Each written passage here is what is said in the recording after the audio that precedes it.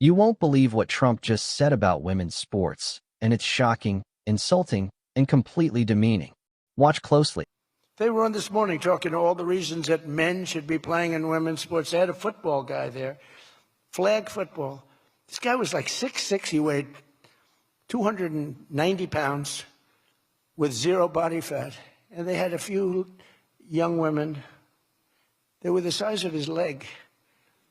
He wouldn't have had to run. He could have just walked. They couldn't have done a thing about it. 10 of them would have to jump on him. That wouldn't have had any impact. I don't think he would have been like a fly. It's so ridiculous. It's so demeaning to women. It's so demeaning. Look at the weightlifting records. I mean, the record got beaten by 112 pounds, a record that stood for 18 years.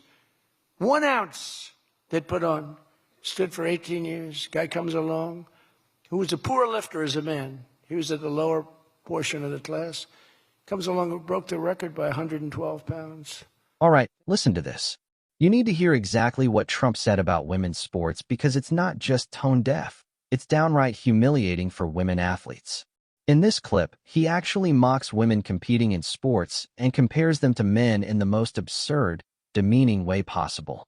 He's talking about a man breaking a woman's weightlifting record by 112 pounds and basically saying, see, women can't compete. It's ridiculous. Let's pause for a second and think about what that implies. First, it's insulting on a human level. These are athletes, elite competitors who train their entire lives. Trump isn't engaging with the nuance here.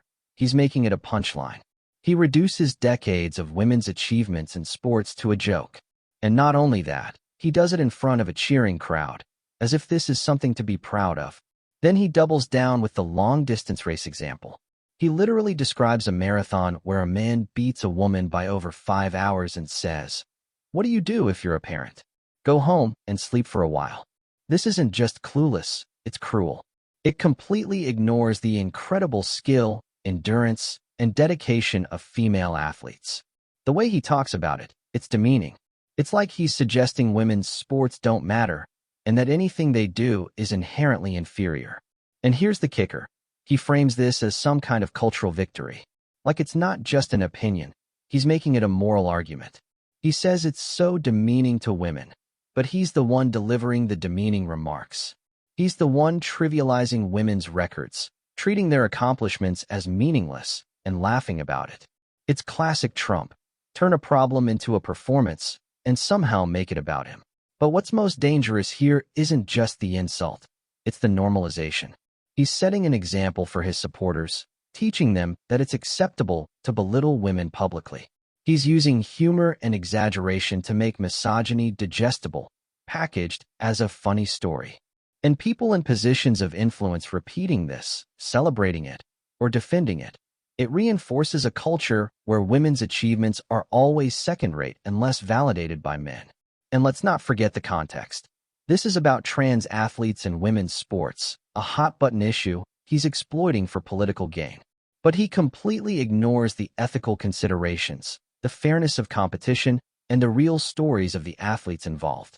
Instead, he focuses on shock value, division, and outrage. He's weaponizing gender to energize a crowd. That's not leadership, it's spectacle. The absurdity keeps piling up. Trump talks about weightlifting records, swimming, football, even marathons, and somehow frames these as evidence that men are superior and women's sports are demeaning. This isn't policy, this isn't debate. It's personal attacks disguised as commentary. And when he does this, it sends a message. Women's efforts, skill, and discipline are laughable unless they mirror men's accomplishments. That's insulting to every woman who has ever competed, trained, or sacrificed for their sport. Watching this, it's hard not to feel disbelief. It's one thing to disagree on policy. It's another entirely to dismiss the hard work of women entirely. Trump doesn't just make a controversial statement here. He humiliates real people, real athletes, who deserve respect. And it's being broadcast to millions, framed as entertainment. That's the danger of his rhetoric. It masks misogyny under the guise of humor and casual commentary, and people eat it up without thinking about the impact. So, if you care about women, fairness, and respect for athletes, this clip is a must-watch. It shows not just what Trump thinks about women's sports, but how he uses public platforms to belittle, mock, and demean. And the more we analyze it, the more obvious it becomes. This isn't an isolated comment. It's a pattern. And recognizing that pattern is crucial if we want to understand the broader impact of his rhetoric on gender, sports, and society.